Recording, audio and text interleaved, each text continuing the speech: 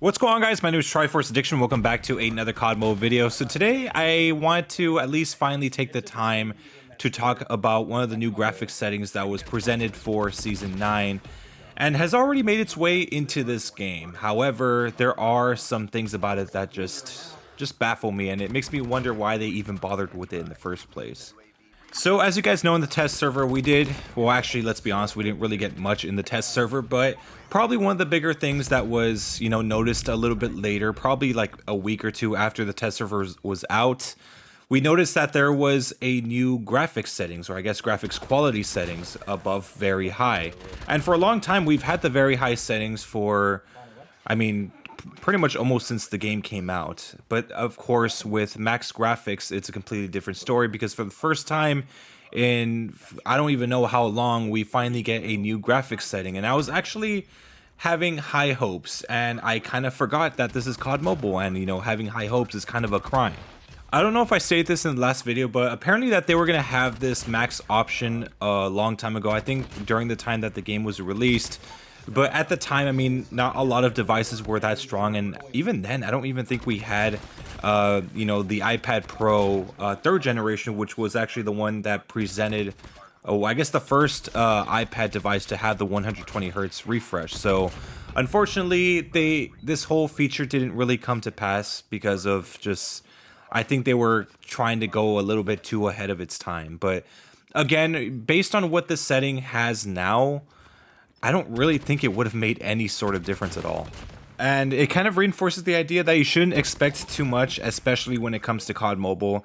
But I'll be honest, very high graphics is enough given with what we have right now. This game looks absolutely incredible in these types of graphics, as you are seeing right now. The lighting's incredible, the effects are incredible on the legendary skins. Like a lot more camos are, I guess, a little more vibrant, with these types of settings, and, so on and so forth. But when it comes to the max settings, I was expecting a lot. I was expecting ray tracing, I was expecting even more effects with your legendary skins. And I did have that fear that it was probably going to reduce your frame settings down to like maybe at least max frames. But no, this max settings actually reduces you down to the one before that. I kind of forgot the name of it. I think it was very high frames. So yeah, I'm not kidding. This max graphics settings knocks you down 2 frame settings. And when I selected the setting, I'm just like, oh man. Like at first glance, I'm just like, okay, this must be some crazy setting if it's gonna knock your frames down that hard. But when I actually got into the training room to see what the differences were, there was literally no differences at all. And I was like trying to look at this game through like almost a microscope to see if like there was any like bump up to like maybe the pixels or resolution or anything like that. But no, the effects are pretty much the same with all the legendary skins. The resolution's basically the same. And that might be due to super resolution. Maybe if I took that off, maybe it would have looked a little different. But no, I did see that they stated that there are some different things with this settings, specifically when it comes to the explosives or certain tactical equipment, with smoke grenades.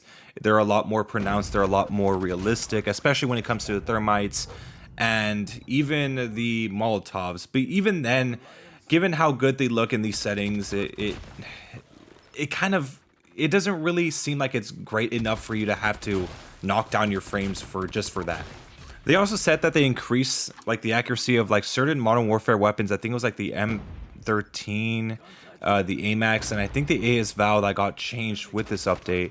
But I was using those weapons with that type of setting on, and it just felt the same. Like they're just the same normal AS-Val. I even tried the base versions to see if there's anything different. But no, they're basically the same guns no matter what graphics settings you're on. So I don't know what they were talking about. But going back to the Molotovs, again, like I said, yes, they look slightly better, like a little more realistic.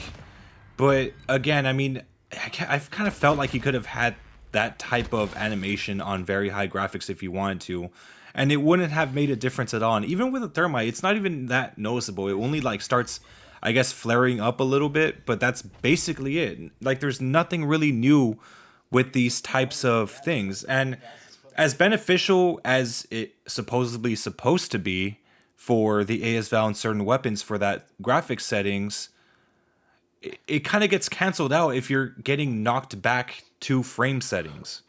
So apparently you're getting some more accuracy with these weapons, but it doesn't matter because your frames went down from like 90 or like 120 down to like less than 60 frames.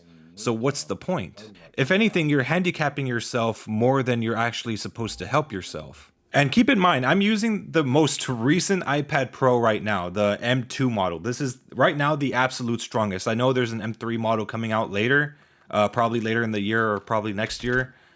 But even then, I don't even know if it's even going to be enough. Or again, it's like, it's not even worth the upgrade, even if you're going to be able to run like ultra frames with max graphics on the next device.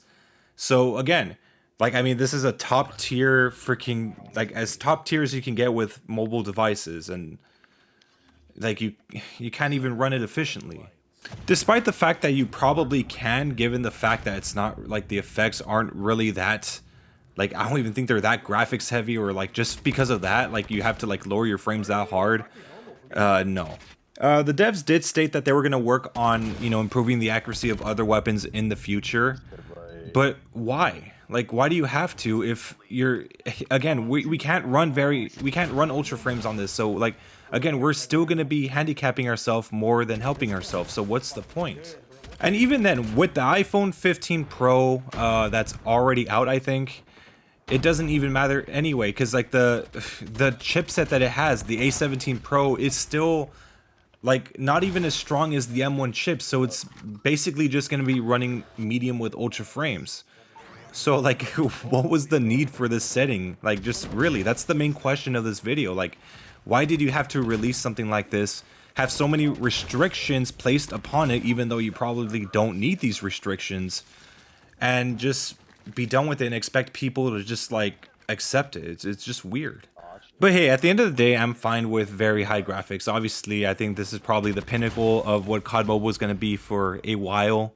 I mean, I don't even know how much longer this game is going to be supported after Warzone Mobile comes out. So yeah, I mean, in that game, don't expect the graphics to be like top tier when it first comes out. Maybe they'll release like an update that just like really changes everything, but I highly doubt that. But yeah, man, I can't wait for that game to come out and see how the graphics are in that game. Hopefully they fix, the gold and platinum camo before the game comes out, because right now they just look awful. Like, I'm hoping that they add a little more shine to them. But yeah, anyway, so you guys have a wonderful day. Make sure to leave a like, make sure to subscribe for some more COD Mobile content. I'll see you guys next time.